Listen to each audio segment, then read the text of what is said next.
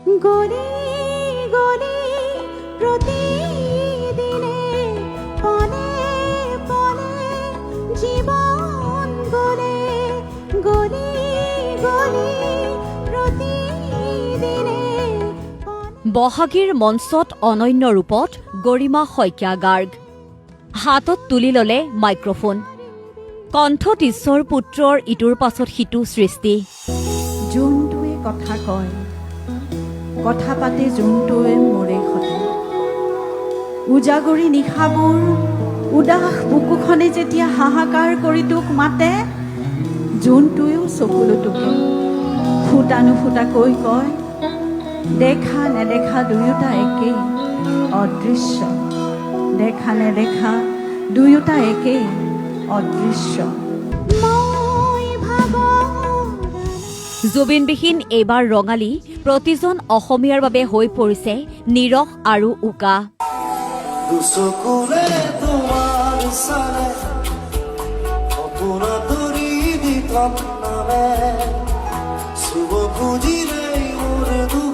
পৰম্পৰা অক্ষুণ্ণ ৰখাৰ স্বাৰ্থতহে এইবাৰ বিহু উদযাপন কৰিছে চহা অসমীয়াই দিয়া মুন্তিয়া আকাশৰ দৰে দিয়া প্ৰতিখন বিহু মঞ্চতেই সোঁৱৰণ কৰা হৈছে প্ৰাণৰ শিল্পী জুবিন গাৰ্গক শুকুৰবাৰে প্ৰথমবাৰলৈ মঞ্চত নৰূপত দেখিবলৈ পোৱা গ'ল জুবিন গাৰ্গৰ সহধৰ্মিনী গৰিমা শইকীয়া গাৰ্গক জয় জুবিন দা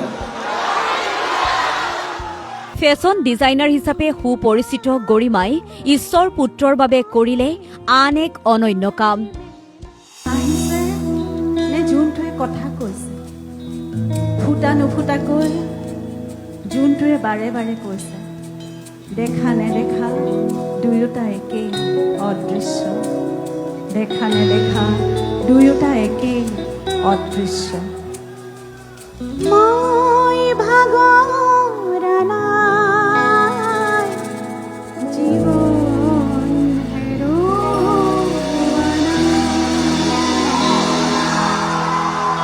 মঞ্চত একালৰ জুবিনৰ সহযোগী কণ্ঠশিল্পী জুবলীৰ সৈতে ইটোৰ পাছত সিটো কবিতা পাঠ গৰিমাৰ এন্ধাৰে যেতিয়া খোজ পেলায় তেতিয়া কোনেও নুশুনে কাৰণ পোহৰ সকলোৰে প্ৰিয় ৰাতিটো পাৰ হ'লেই হ'ল সকলোৱে জানে পোহৰ থাকে ৰৈ চিৰদিন চিৰকাল পোহৰ থাকে ৰৈ চিৰদিন চিৰকাল কিন্তু কোনেও নাভাবে এন্ধাৰ আৰু পোহৰৰ মাজত আছে এক নিবিড় ক্ষণ যেতিয়া এন্ধাৰে সাৱতে পোহৰক আৰু পোহৰে সাৱটি লয় এন্ধাৰক আৰু পোহৰে সাৱটি লয় এন্ধাৰক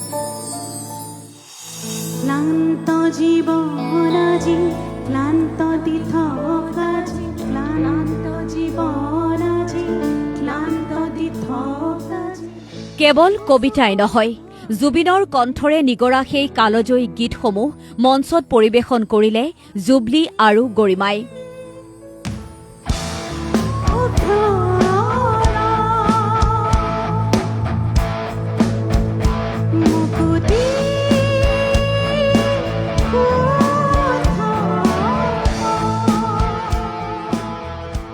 গীতৰ মাজে মাজে ভাহি আহিল গৰিমাৰ কণ্ঠত মৰমৰ গল্ডিৰ কলমেৰে নিগৰা কবিতাৰ এটা এটা শব্দ এইজন চকুৰ প্ৰয়োজন যি নেদেখে এন্ধাৰ নেদেখে পোহৰ দেখে মাথো সেই ক্ষণ যেতিয়া এন্ধাৰ আৰু পোহৰ দুয়োতে বিলীন হয় সন্মুখত সুসময়ৰ উশাহ অন্তহীন সেই সুসময়ৰ উশাহ অন্তহীন মুক্ত হোৱাৰ সপোন দেখি পশু হোৱাৰ কিমান বাকী অন্ধ শাসন ভণ্ড শাসকৰ পৰা মই ভাগৰা নাই প্ৰতিটো গীতৰ মাজত গৰিমাৰ হুমুনি আহে দি গ'ল মৰমৰ গল্ডিৰ অনুপস্থিতিৰ বতৰা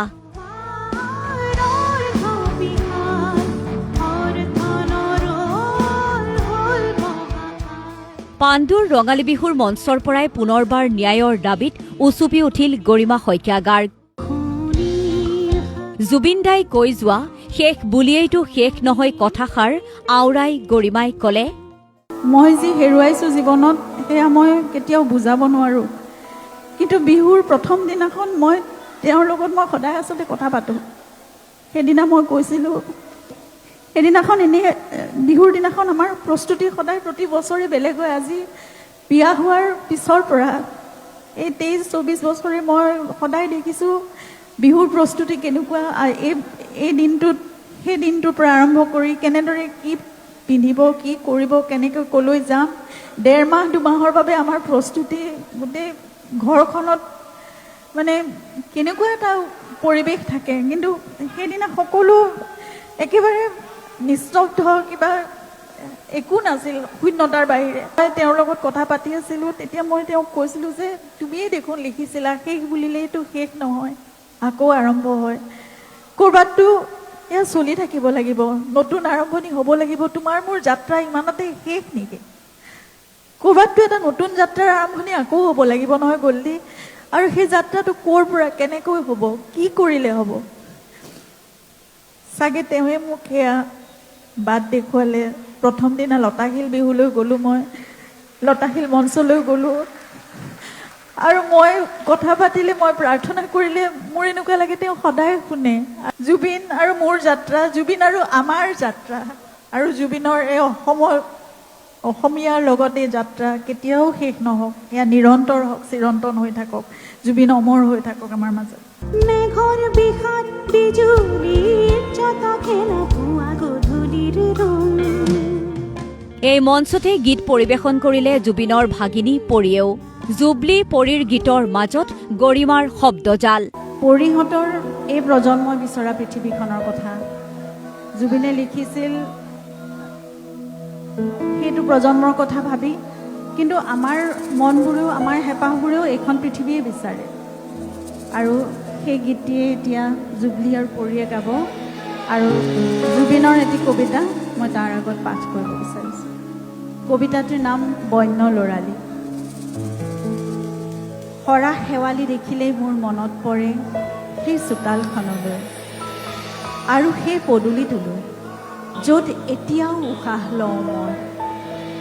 প্ৰতিডাল দুবৰিত মোৰ বন্য লৰালি, প্ৰতিজোপা গছত বিলীন হোৱা মোৰ অম্লান চেতনা, প্ৰতিটো শিলত খোদিত হোৱা মোৰ অস্থিৰ বেদনা।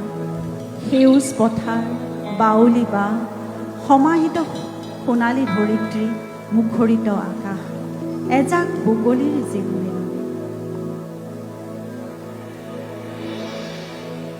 সৰা শেৱালি দেখিলে মোৰ মনত পৰে সেই চোতালখনত। দিয়া ঘূৰাই দিয়া পৃথিৱী আমাৰ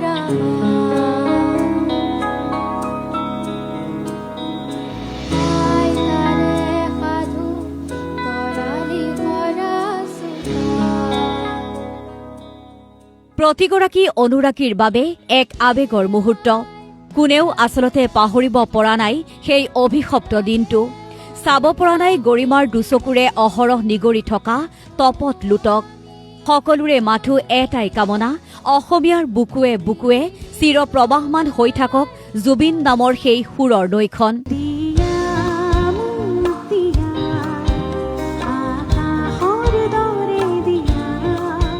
অমৰ হৈ ৰক ঈশ্বৰ পুত্ৰ। News desk report, Assam live 24।